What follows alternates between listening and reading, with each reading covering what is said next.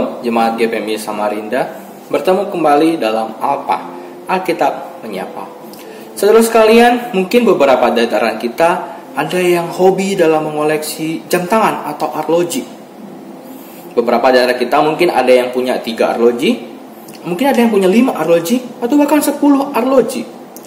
Nah saudara, ketika kita akan mengenakan arloji milik kita, pasti kita hanya akan memilih satu dan meninggalkan yang lain, bukan? Tidak mungkin seseorang jika ingin memakai arloji, dia akan mengambil semua arloji miliknya dan mengaitkannya di tangan mereka sampai penuh. Tidak mungkin, bukan? Kita pasti hanya akan memilih satu dan kemudian meninggalkan yang lain.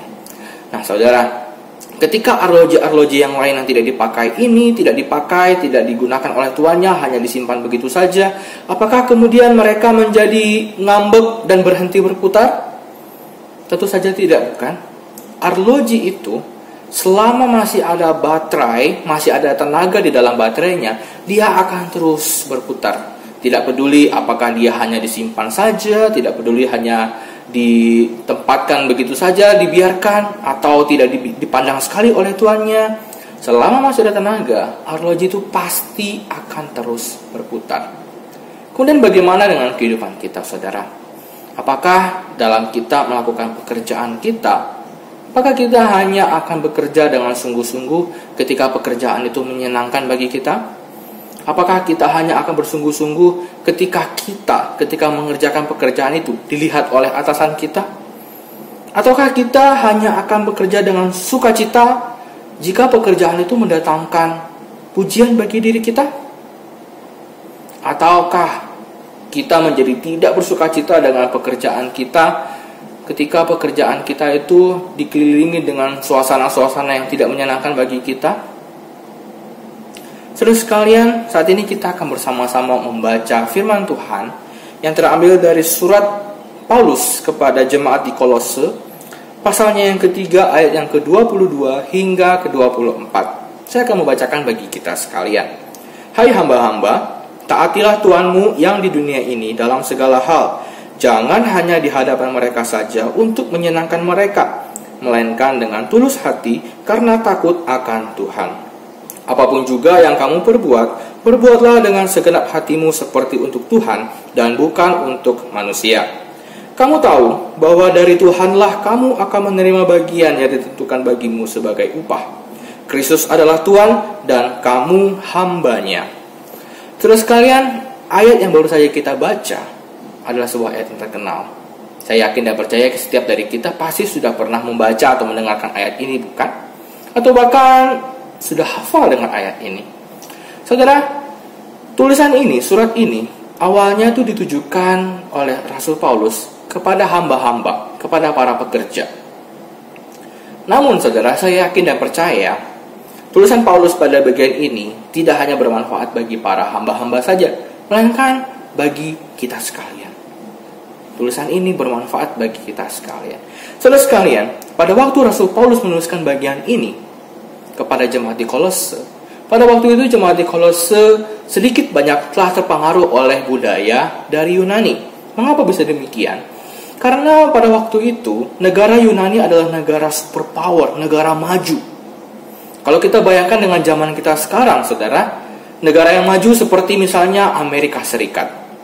Bukankah dalam kehidupan kita, sadar atau tidak, sedikit banyak kita juga, pola kehidupan kita juga terpengaruh oleh budaya Amerika Serikat. Demikian juga dengan jemaat di Kolose pada waktu itu, saudara sekalian. Nah, dengan budaya Yunani yang masuk ke dalam kehidupan jemaat di Kolose, budaya Yunani itu membuat mereka sedikit banyak ikut-ikut dalam memilah-milah pekerjaan. Ya, jadi mereka terkenal dengan kebiasaan memilah-milah pekerjaan. Jadi mereka memilah manakah pekerjaan yang rohani, yang sifatnya rohani, yang berkaitan dengan agama, dan manakah yang sifatnya sekuler, yang duniawi. Nah, kemudian pekerjaan yang rohani ini oleh budaya Yunani itu dianggap lebih tinggi derajatnya dibandingkan pekerjaan yang sifatnya sekuler. Nah, karena perbedaan derajat inilah, kemudian hamba-hamba di Kolose itu sedikit banyak mereka bekerja dengan setengah-setengah. Karena mereka lebih mementingkan urusan rohani ketimbang urusan sekuler. Kemudian saudara, kalau kita melihat dari kehidupan kita sekarang, setiap dari kita semua yang percaya kepada Tuhan, kita semua ini adalah hamba-hamba Tuhan di dalam bidang kita masing-masing. Apapun pekerjaan kita, apapun yang kita lakukan, kita adalah hamba Tuhan. Dan Tuhan kita adalah Kristus, dan kita bertanggung jawab kepadanya. Saudara sekalian, seperti sebuah arloji tadi yang terus berputar walaupun tidak dilihat oleh tuannya.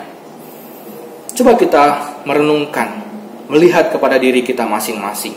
Apakah kita sudah melakukan yang terbaik? Sudahkah yang terbaik kita berikan kepada Tuhan? Sudahkah dalam pekerjaan kita melakukan yang terbaik? Entah dilihat orang, dilihat atasan kita atau tidak, entahkah pekerjaan ini mendatangkan pujian bagi kita, apakah kita melakukan yang terbaik? Apakah ketika suasana hati kita sedang tidak nyaman, suasana di sekitar pekerjaan tidak nyaman, kemudian kita bersungut-sungut dan juga setengah hati dalam mengerjakannya? Saudara sekalian, memang kadang-kadang situasi kehidupan kita tidak mudah. Namun pada hari ini, saya mengajak kita semua untuk kita boleh lebih sungguh-sungguh dalam kita menjalankan pekerjaan kita. Saya yakin dan percaya, saudara, ketika kita melakukan pekerjaan kita dengan sungguh-sungguh, maka nama Tuhan akan dipermuliakan. Bagaimana caranya? Ketika orang yang belum mengenal Tuhan melihat kesungguhan hati kita dalam bekerja, mereka melihat integritas kita dalam bekerja. Ketika tidak ada yang melihat kita tetap bekerja dengan sungguh-sungguh, mereka akan berkata, wow, ternyata begini toh cara kerja dari orang Kristen. Nah, dengan demikian, bukankah nama Tuhan akan semakin dipermuliakan?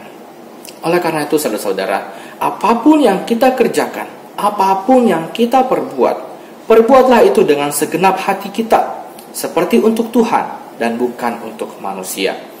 Kiranya hari ini kita boleh kembali disegarkan oleh firman Tuhan, dan kita dalam pekerjaan kita perlu terus sungguh-sungguh kita melakukan pekerjaan itu, bukan demi diri kita, tetapi untuk kemuliaan Tuhan.